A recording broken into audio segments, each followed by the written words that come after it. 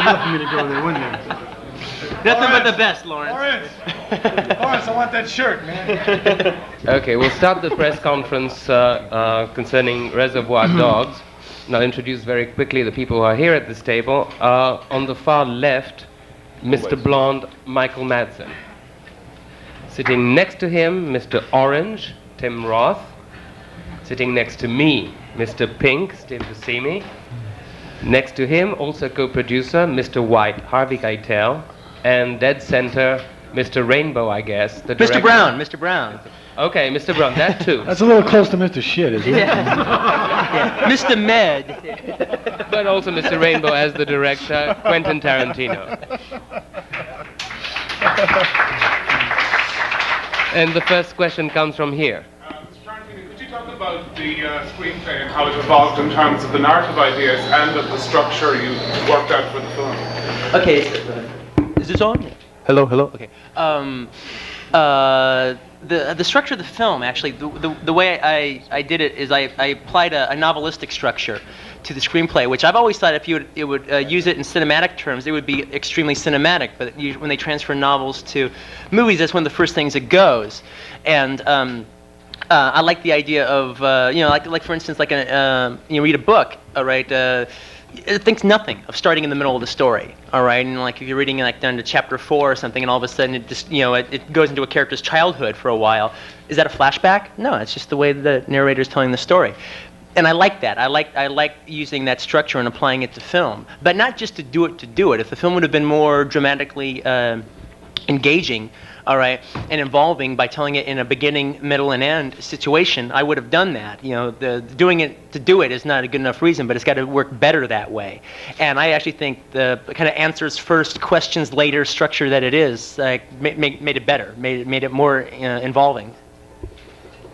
Sir? I think you're going against audience expectations by not actually showing us the jewelry store scene. I wondered if at any point you ever considered showing us. No. I mean, maybe at like the very earliest stage, I thought of not really showing it, but like maybe like a little flash, and maybe not like really like see anything, but just like you just get a sense of the mayhem, but not like an actual scene or an actual even like anything you could get a handle on.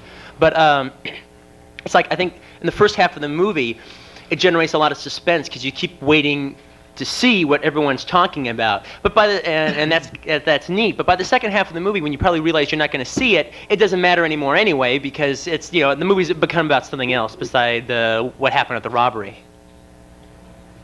Sir, then you. Yeah, did the killing play much of a significant role in your writing of the screenplay? Well, it played a significant role insofar as I did a heist film, and that's my favorite heist film. But I didn't really lift anything from the killing. Like, people have brought up the fact that the story goes back and forth like the killing does. But, like a big difference in there is like the killing uses a newsreel structure in order to work that framework. On February 7th, on the last day of his life, so-and-so goes and does this. So that was like this like newsreel section where I tried to adopt a novelistic structure. But I've been always brought up to it because while I was making the movie, I constantly was saying, well, this is going to be The Killing. I didn't mean I'm going to remake it or anything. What I meant was, if I was going to do a World War II movie, that it would be Where Eagles Dare, or a Western, they'll be One-Eyed Jacks. It's just the way I was thinking in terms of. Sir, then the lady. I understand that you didn't show the robbery, but I understand that the actors went through a robbery sequence themselves to prepare for the role. We knocked over a fruit stand during. Yeah. I wanted to start small and work our way up. Yeah, and Tim Roth, he put a quarter in a newspaper machine and like took out a bunch of them as opposed to one, and got that living on the edge feel, No, actually, what we did in rehearsal, after a certain point, since we weren't going to show it, we all wanted to know, just as actors, what actually happened for ourselves. All right, and so we kind of staged the robbery in the rehearsal room, and just acted it out. And like in the movie, if you remember, there's a sequence where Harvey's character and Tim's character go through the robbery like everybody's job. All right, Mr. Brown is in the car. All right, Mr. Orange, you stand outside and guard the door, make sure nobody goes in and goes out. Mr. White and Mr. Pink, they take the manager in the back, they make him give him the diamonds. Mr. Blue and Mr. Blonde are crowd control. Well, that was the mistake right there, having Mr. Blonde be crowd control. But but the thing is, He controlled them. yeah, Yeah, but I he definitely did. controlled the crowd, I would say. They needed some control, let's face it. It was set off the alarm. They needed a little control, don't you think? But the thing is, we all had our jobs. We knew what we were supposed to do, so we just came in there and we did it. And I mean, it was fun and it was goofy and we had a big blast doing it. But when it was finished, for all intents and purposes, we kind of knew what happened. We saw how things escalated and how they got out of control. Was there more of your character Edward Bunker in the film at any point? No. It was always we were always meant to be peripheral characters. But I didn't want to be it like a movie, like, okay, here's the people we care about, and here's the people we don't really care about so much anymore, so just don't pay attention to them. Because like in that opening scene, these guys don't know their peripheral characters as far as they're concerned, and they're the star of the movie, So it's, they're all talking and they're all doing things. And I wanted it to be, a vital thing that they were people, because part of the thing that's freaking these guys out is like when they're talking about how Mr. Brown was killed, but you don't know who Mr. Brown is, until way later in the movie. All right, they say, "Where's Mr. Blue?" That's a big deal that's going on. Where is Mr. Blue? All right, was he killed? Did he get away? Does he possibly have the diamonds at one point they're thinking about? Or do the cops have him? Are they like, sweating him down at the station house? Or is he going to show up with his own attitude? I wanted the audience to keep thinking, making us big enough so it was possible that we could be walking through the door at any moment. Miss? Mr. Keitel, you were instrumental in getting this film made. Can you tell us why it was so important to you, why you wanted to be in it? Well, first of all, a woman colleague of mine, a member of the Actors Studio named Lily Parker, called me and said she had a script she thought I'd be interested in. And when I read it, I just was very stirred that here was a new way of seeing these ancient themes of betrayal, camaraderie, trust, and redemption. So, once you were convinced by that, what did you do? You picked up your phone, you called him, you said, I'm going to produce. I've never produced in my life, so what? I'll produce it all the same? This is an example of why Henry's been so important in my life.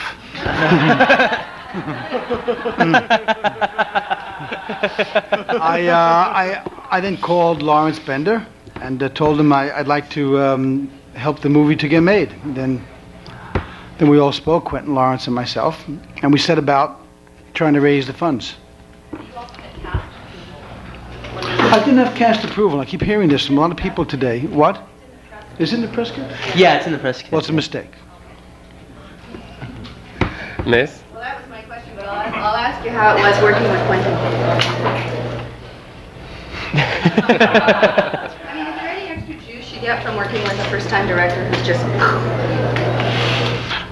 Well, I can't say it's just indigenous to a first-time director, but Quentin, as you can see, has enormous energy and enthusiasm, intensity, and intelligence, vulnerability, and a great willingness to learn, to want to know, and to be very open to the input the actors had in terms of their process to arrive at the characters he wrote.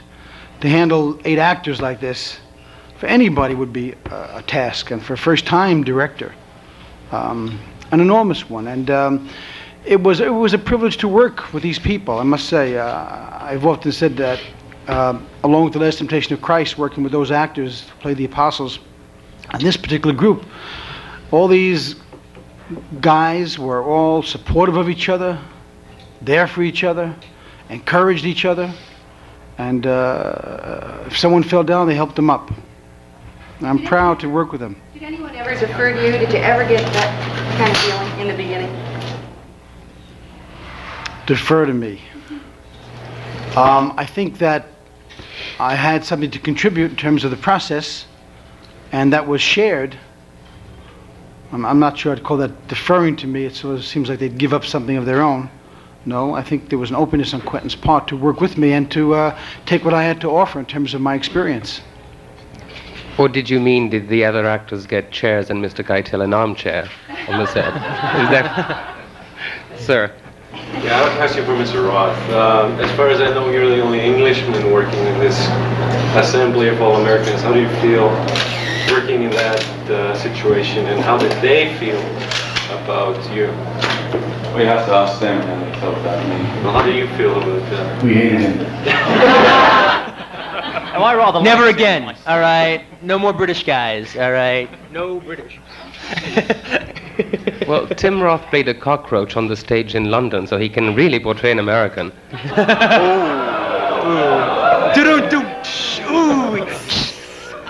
Sir. Excuse me, would you repeat that, please? Did the actress have any insight into the analysis of Madonna's lyrics at the beginning of the film, or was it really tightly scripted? And has Madonna seen it? No, that scene was written a long time ago. Actually, that was like one of them.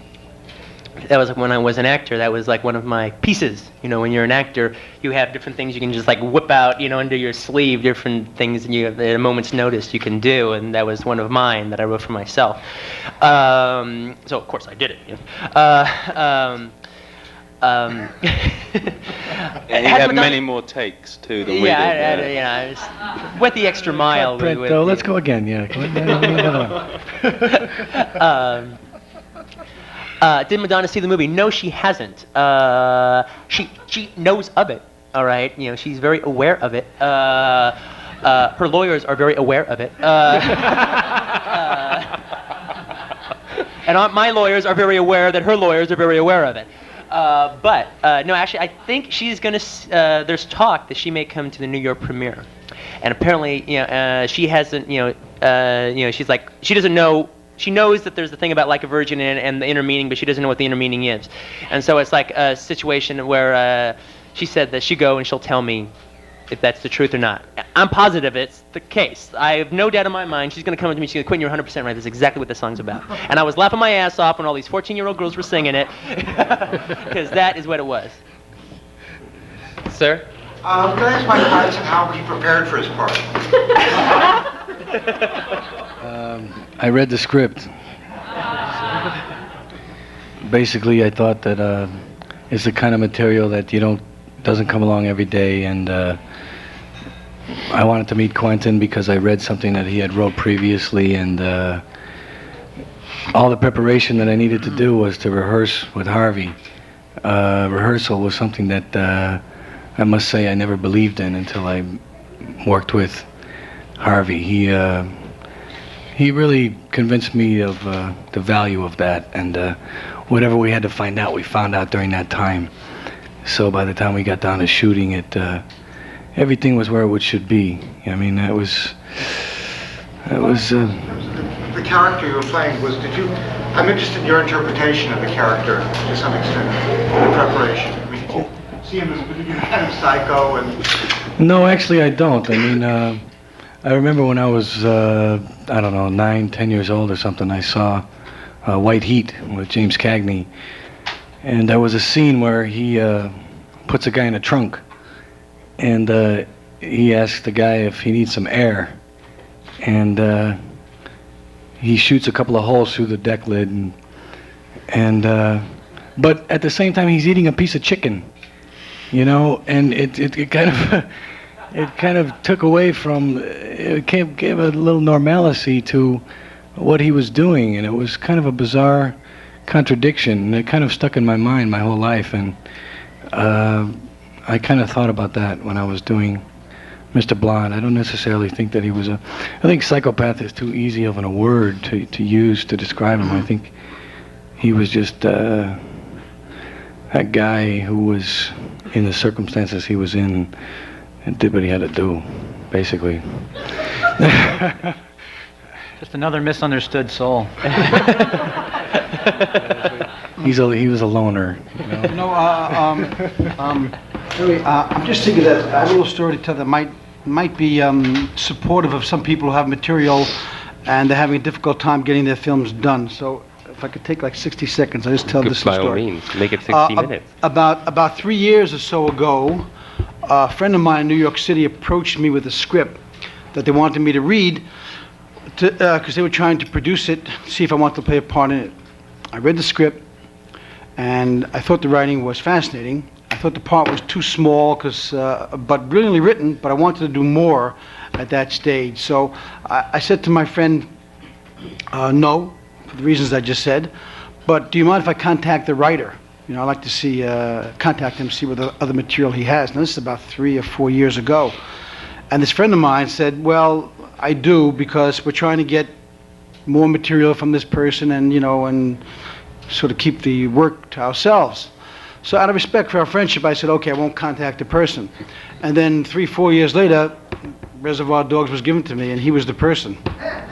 So, wow. Yeah. Yes, by all means. What does the title mean for you? Reservoir Dogs. And I can't. Oh, me? Oh, I'm sorry. Well, it's funny. I don't answer that question, and the reason I don't answer it basically is because you know, it's more of a mood title than anything else. It's just the right title. It just sums up the movie. Don't ask me why. It did come from somewhere, but it's not supposed to be a literal thing. It's a mood thing. But the main reason that I don't like to go on record for it is I just really believe in what the audience bring. You know, if you know, with movies as an art form, I think 20% of that art form is supplied by what the audience brings to the movie, and people come up to me and they tell me what they think it means, all right? And I'm constantly astounded by their creativity and their, you know, ingenuity, all right? And as far as I'm concerned, when they come up with that, they're right. They're 100% right, and I want to keep that coming.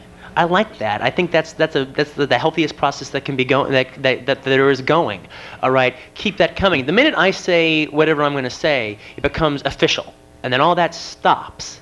And I like that. I want it to keep on coming. So I mean, and I'm not. It's not a cop out because it's, you know, because it was supposed to be more of a mood thing than anything else anyway.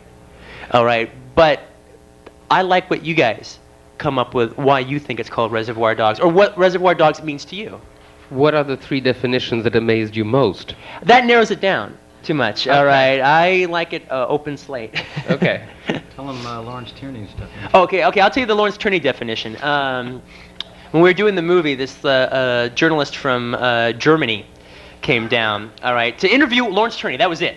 We could all take a shit, all right? He didn't care, all right? He came down to interview Lawrence Tierney, all right? And so they're in the trailer, and Steve Buscemi's there, and he goes, so what is the meaning of a reservoir dog? What is a reservoir dog? You know, and well, as you know, Reservoir Dogs is a very famous expression in America for dogs who hang around a reservoir.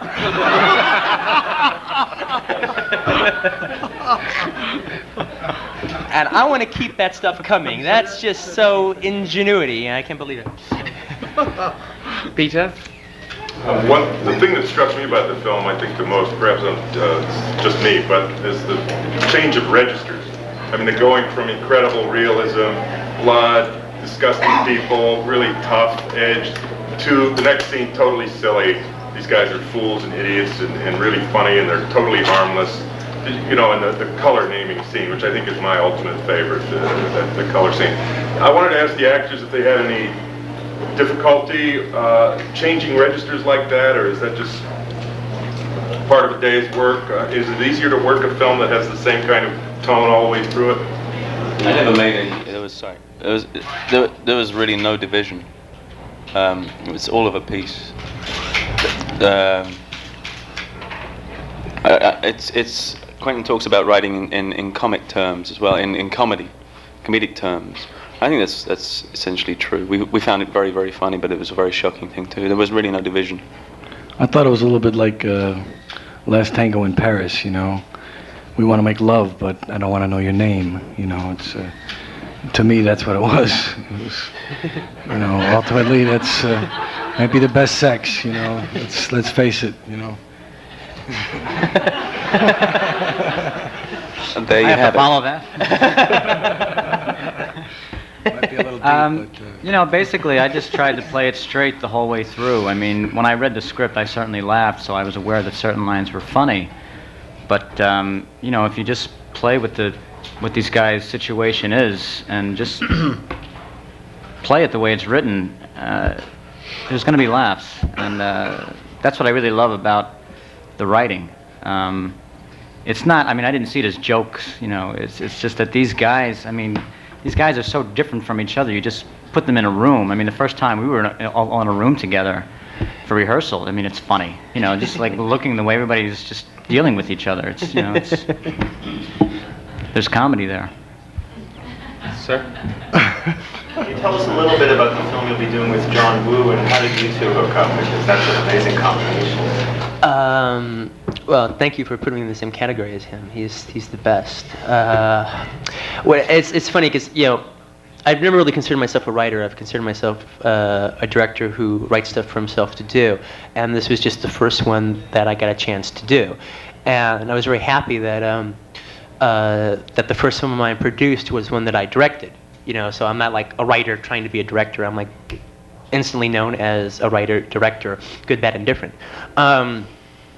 And what happened was, you know, so I said, I'm never going to like write anything for anybody else again. But, you know, John Woo is just such a hero of mine. As far as I'm concerned, he's making the best action films, bar none, since Sergio Leone. And he's reinventing the genre there in Hong Kong. And people wanted to get us together. And, of course, I'd, you know, just take the honor to meet him. And I met him, and I really liked him a lot. And I came up with a good story. That is why I did it. That's why I'm doing it, all right, is I came up with a good story. Writing like a lunk-headed action movie would be really hard work, and it wouldn't be worth my time, and I'd be doing a disservice to John Woo. But I actually came up with a good story, all right, that I think would be a good tale, all right? And good stories are easy to write, because they more or less kind of write themselves, you know, coming from, you know, creating a couple of wisecracking guys and just, okay, now they go here and they do this and they go there and do that. That's hard to write. All right. So I came up with an interesting story that I could be excited about. And then I just really, to tell you the truth, I just was excited about the idea of the collaboration. I think I have a few things I could give him, and he's got a ton, a motherload to give me. And I also like the responsibility of it. I mean, I take it as a responsibility bringing John Woo to, I mean, he's doing another movie before the one we're going to do together, but I take it as a responsibility bringing John Woo all the way out in the American market, unfiltered. Not a halfway John Woo, not a John Woo for the American audiences, but John Woo, the people who love John Woo and John Woo wants to be. All right, full on, all the way, no holes barred. All right, and I take that as a responsibility, all right, because I have such admiration for his work. So that's how we got together. And so I'm finishing writing the script that I'm going to direct next. Then I'm going to write that one, and you know, he's doing the movie he's doing now, and then I'm going to be doing the movie I'm doing this summer, and then around somewhere after that, we'll do it. Well, how does one write a script for John Woo, actually? I mean, I know you haven't done it, but you just go, fight in the barn, John Woo grand aria, and you move on to the next scene? No, you see, to me that's really boring. I mean, part of the thing about, I don't really think his movies are like that. I think his movies have really interesting tales going inside, you know, neat stories, and they have like, you know, some people will say that they're like unsophisticated by like American standards as far as screenwriting, like what Lethal Weapon 3 is sophisticated. You know, it's the things that they have in there that could be considered unsophisticated are just the difference between our two cultures. You know, like you ask a lot of questions when you see some of his movies from time to time, like, well, wait a minute, well, if they're together, why doesn't he arrest him now? Oh, wait a minute, he could have got away right then, why didn't he get away? You know, little tiny things like that, you know, that they don't think about over there, they don't care about.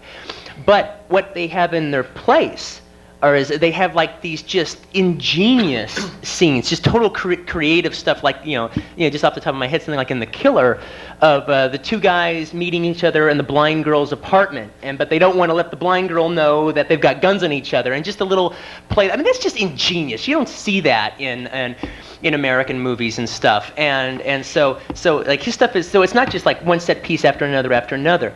I've come up with a story that I like. I think it's a good story, and then inside of that, there are going to be great set pieces, but it's not going to be, you know, a one damn thing after another thing. No, I didn't imply that. I just thought, I was wondering whether you just went set piece here, continuation, and then set piece here, and let him just do it. It's like two blank pages that he's going to fill completely. No, actually, I can tell you how I'm going to do that, all right?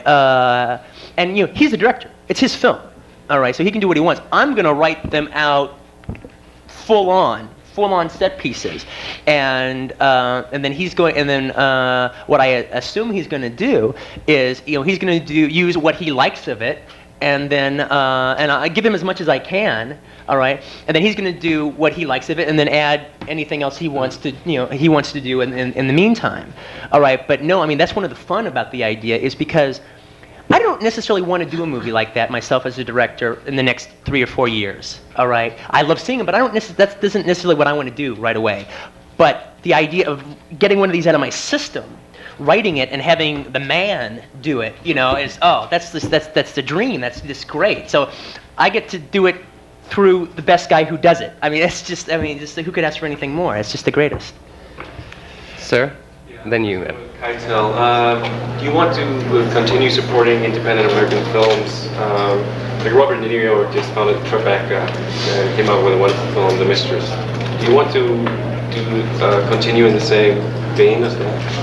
I always say there's only one thing I regret that I would do differently if I could start over again as a young actor. That is, I would make my own films. I would, steal the money, get my friends together. I grew up with a bunch of talented people, and we didn't take best advantage of the talents we all had, the actors, the writers, the directors. We were struggling, to make a living ourselves, to get work, get agents, and that whole thing. But in retrospect, I'm sorry me and my group didn't make our own films very early on. So I encourage that, I support it. I would do anything I could to help someone get their first films off the ground. And nowadays, of course, you have video, which we didn't have in abundance back then, or if at all. So it seems to me to be the way to go, not to wait for Fox, Paramount, Universal to bestow upon you their good graces. But they need the support of someone like you. Are there any scripts that you're interested in from young writers that you could lend your vote to? Offhand, at the moment, no, but I'm constantly trying to gather them. Probably get flooded now. I hope so. We'll take the last few questions. Jamie? I have 2 questions for Quentin. Why no women? And is there a percentage of people who don't get the humor in Reservoir Dogs? And does this present a problem for your distributor? Why no women? It's kind of a, it's the only bad thing about Reservoir Dogs being my first movie, is the fact that I think the characters in the scripts I've written before that I'm probably the most proudest of is the female characters, all right? But there are no female characters in Reservoir Dogs because in the structure of the film, in the time in which I'm telling the story, women just don't present themselves. It's like, how women are going to end up on the submarine in Das Boot. I mean, they're not going to, when are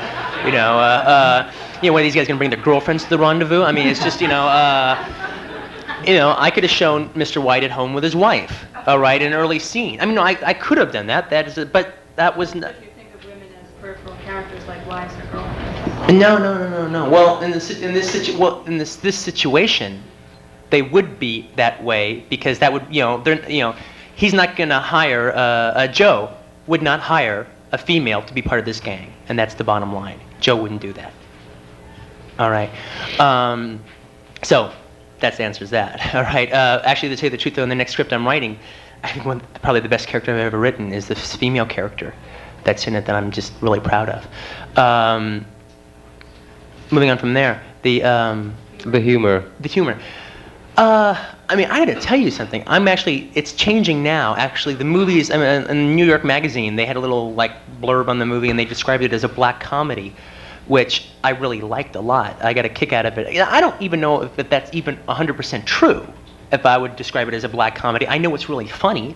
I know you're supposed to laugh through the whole movie until I stop you from laughing. All right, I don't know if I'd go so far as to call it a black comedy, but the fact that the humor is being recognized, I really like. Early on, a lot of journalists in Cannes, American journalists, when they were interviewing me, they weren't talking about the humor at all. They were just hammering in on the violence. But critics actually weren't. They got it. They got the humor in it, and so I'm very happy about that. The percentage of I've watched the movie with audiences that didn't know they were supposed to laugh, which is hard for me because I'm hearing the laughs, I'm hearing the beats, all right? And when you don't get anything, they're bored, man. This is like the most grueling movie ever made, By the handing out the color scene, they realize they can laugh at that. That no matter what, that always gets laughed. But I've seen it with audiences that didn't know they were supposed to laugh, and so that's like a pain. That's a problem. But Oh, they eventually catch on by like the last like half an hour of the movie. All right, but you know, sometimes they really don't know they're supposed to. They've heard what a tough movie it is, and they've heard that it's so this and it's so that, and what a gut-wrenching experience. So they're not expecting to laugh. So they're not letting it out when they did laugh. You know, so when the lines that they thought were funny, and it's like, it was really weird because when I went through those experiences watching the film, I thought, oh God, they hate it, and then afterwards, oh man, it was wonderful. I was like, God, I thought you guys were hating it. Well, no, that was just the way they expressed themselves. But now people now know that it's okay. The humor is being talked about. All right, so they know it's okay, and if they don't think it's funny, that's something else. Does the fact that some people might not get it pose a problem for the distributor? Well, it poses a problem for the distributor if they're expecting it to be a pretty woman. All right, it poses a big problem. All right, this movie was never meant to be everything for everybody. All right, that's not even a slam. I never saw Pretty Woman. I'm just saying that you know, this movie isn't supposed to be everything for everybody. It is what it is. I made this movie for myself, and everybody else is invited. All right, and when you make a movie like this, you know, I mean, I'm making a specialized movie here. This is not going to be for everybody, and you know that going in. You'd be a fool to think that everyone's going to get it.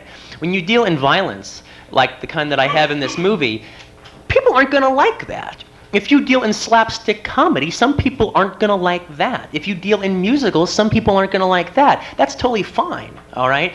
It doesn't mean it shouldn't be made, but it doesn't make your, you know, 9 out of every 10 people in America won't see this movie. But the movie costs so little to make that I think it's going to do very, very well. Well, as a matter of fact, before the movie even opens, the people who came up with the money to make the movie have made their money back 3 times over, selling it around the world. So as far as I'm concerned, the movie's a smash, because the people who took the chance on me have been paid back in spades. Ladies and gentlemen, thank you very much.